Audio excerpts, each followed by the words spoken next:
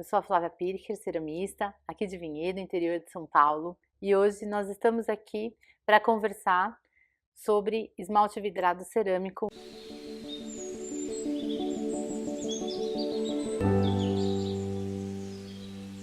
O assunto foi uma sugestão de vocês mesmo, de perguntas. Eu fiz um compilado de todas as dúvidas que apareceram e espero que com o vídeo de hoje eu encerre os maiores pontos de dúvidas de vocês. A Dalila veio falar oi. Claro que a gente acaba reparando mais quando dá problema do que quando dá tudo certo, né? E muitas vezes as pessoas acham que o problema ele tá no esmalte. Na verdade, pode não ser. Então, em primeiro lugar, eu queria lembrar para vocês que a absorção do biscoito ela é muito importante. Para isso, eu tenho uma série de 5 vídeos comentando e explicando o que é absorção, como calcular e por que que ela é tão importante, inclusive no resultado do esmalte. Só relembrando o seguinte, que a peça de cerâmica, ela quando está no biscoito, ela está toda porosa. Aí você vem, coloca o esmalte em cima, os dois vão para o forno e com o calor isso vai dilatar, depois no esfriamento ele vai retrair. Esse movimento, ele tem que ser uníssono, tanto na extensão quanto na velocidade do corpo cerâmico e do esmalte. Se você tem uma descompensação, uma velocidade diferente, o que vai acontecer? Vai acontecer que o esmalte pode craquelar, ele pode trincar uma série de coisas. A absorção, ela vai entrar no seguinte sentido, se o corpo cerâmico estiver muito poroso, a hora que você esmalta, você vai criar uma camada muito grossa de esmalte. Essa camada grossa de esmalte, ela vai influenciar sim no resultado final. Por quê? Porque a velocidade vai ser de dilatação e retração vai ser diferente, ela vai se comportar de uma maneira diferente. Se o corpo cerâmico estiver muito fechado, a hora que você for esmaltar, a camada vai ser muito fina, vai faltar esmalte. Então, primeiro ponto, você vai lá olhar a absorção. E depois, o que eu acho que é muito importante, que isso não é só em relação ao esmalte cerâmico, mas a cerâmica brasileira como um todo, é a falta de um vocabulário comum. Ou seja, eu estou falando uma coisa, utilizando uma palavra, e você está entendendo essa palavra com outro sentido, outro significado, porque a gente não tem um glossário cerâmico, né? Então, o que eu gostaria hoje de trazer aqui para vocês são os conceitos básicos em relação à terminologia do esmalte cerâmico. Quando eu falo esmalte incolor, o que você entende? Quando eu falo esmalte transparente, o que você entende? É sobre isso que a gente vai conversar hoje, porque aí não adianta você assistir uma aula super top e a pessoa, a professora está falando uma coisa e você está entendendo outra. Ou eu estou te explicando aqui uma coisa e você está entendendo a palavra com outro significado. Então vamos combinar de falar a mesma língua. Isso eu acho que vai facilitar bastante e vai ajudar a tua vida também. Bom, a primeira classificação que a gente vai ver sobre os esmaltes cerâmicos é em relação à transparência deles, tá? Então a gente tem um esmalte cerâmico transparente, que é aquele que permite enxergar a massa cerâmica. Aqui eu tenho um esmalte transparente. Você tá vendo que a minha argila, ela é de pintinha. Eu passei um esmalte transparente, eu consigo enxergar a argila e consigo enxergar as pintinhas. Aqui também, eu tenho uma argila branca e eu passei um esmalte transparente que você está enxergando, é esse verde mais claro aqui, olha, não é uma borda, tá? Esse verde mais claro. Você está enxergando o corpo cerâmico e inclusive você consegue enxergar que eu fiz umas marcas aqui com óxido e você está enxergando o óxido que está embaixo do esmalte e está enxergando também a peça aqui, a argila. Então, esse é o esmalte transparente, aquele que deixa transparecer a peça cerâmica. No oposto do transparente, a gente tem o esmalte opaco, que é aquele que você não enxerga nada da massa cerâmica. Aqui eu tenho uma peça que fez com argila branca e eu esmaltei, e esse esmalte não deixa ver nada da peça, ele cobre por completo a peça. Podia ser argila marrom, argila vermelha, argila branca, argila com pintinha, você não ia enxergar nada, porque ele cobre por completo. Esse é o esmalte opaco.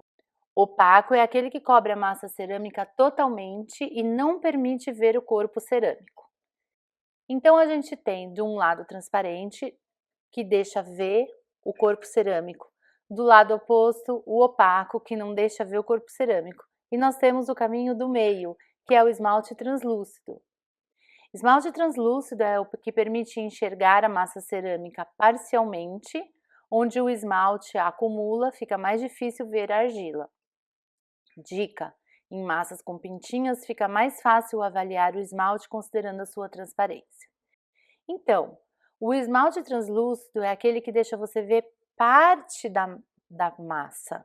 Olha aqui, nós temos um esmalte translúcido. Eu fiz uma peça nessa argila que tem um tom amarronzado e quando eu passo o esmalte, tem algumas partes que eu enxergo o tom amarronzado da peça e outras partes não.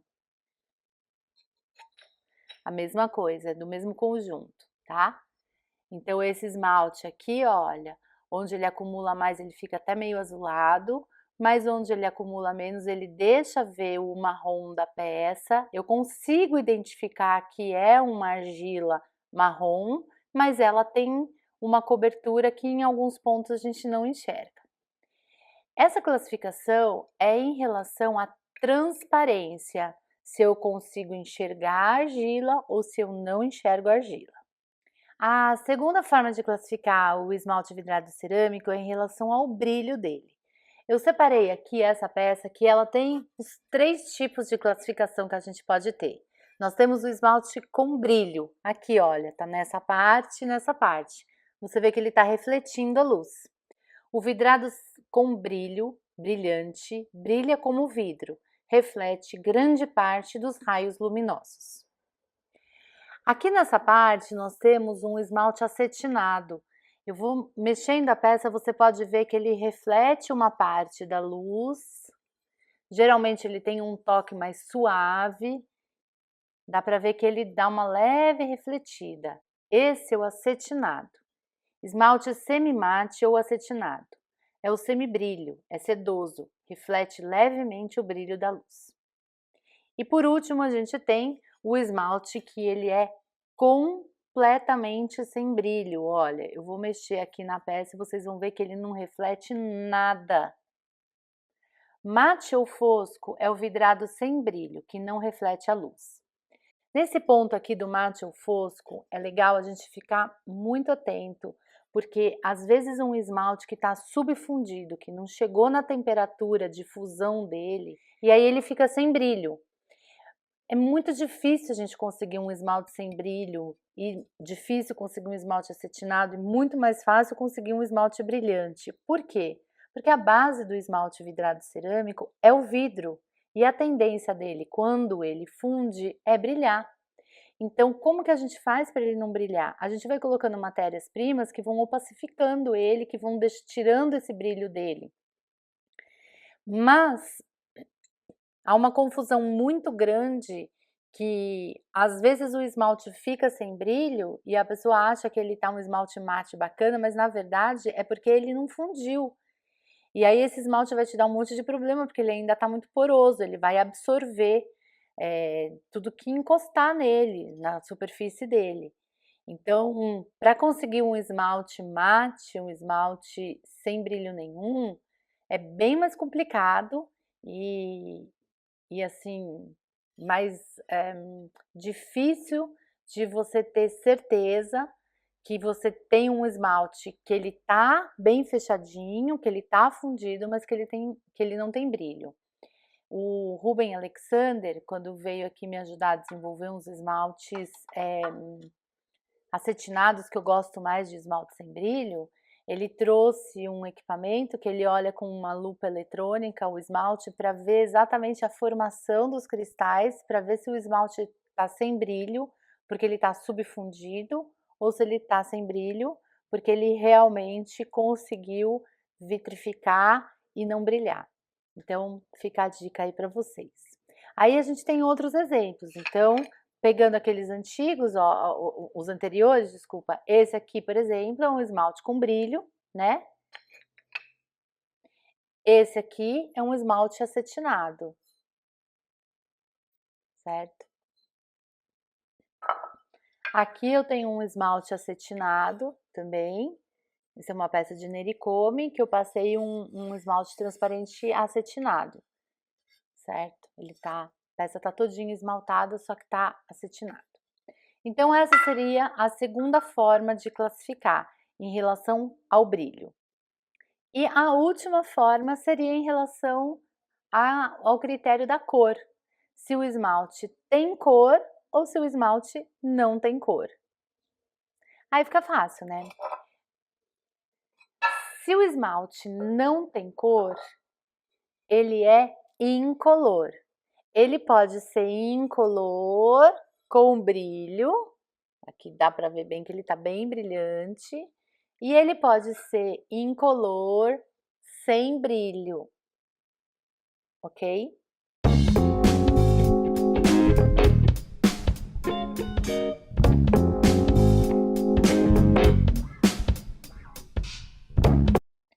E a gente tem o esmalte com cor. Esse, por exemplo, é um esmalte que tem cor. Vocês estão vendo a cor dele aqui esverdeada.